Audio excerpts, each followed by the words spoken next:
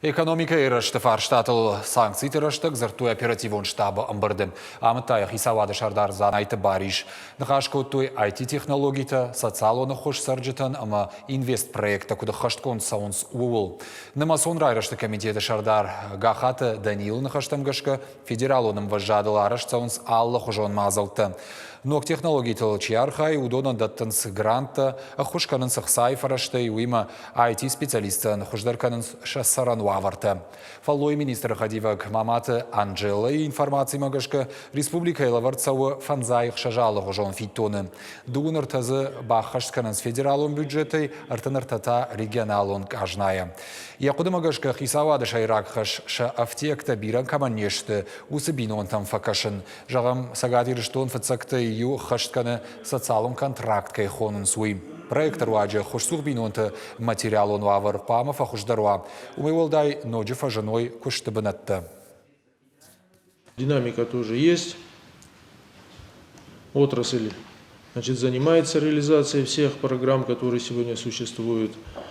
Но в любом случае Министерство труда и социального развития нашей республики обеспечит бесперебойную работу комплексных центров социального обслуживания населения в районах, осуществлять контроль своевременного и полного предоставления мер социальной поддержки соответствующим категориям граждан, в том числе гражданам из ДНР и ЛНР. Об этом вы тоже говорили.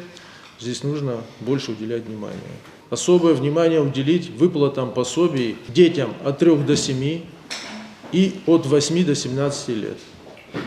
У вас также есть очень много инструментов поддержки, больше разъяснительной работы, и все механизмы должны работать.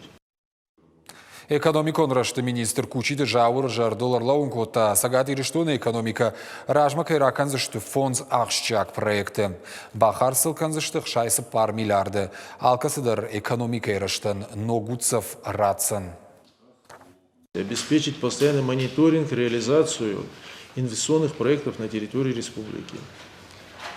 Я имею в виду реализацию тех проектов, которые уже приняты, которые в работе. На инвестиционных советах мы принимали такие проекты.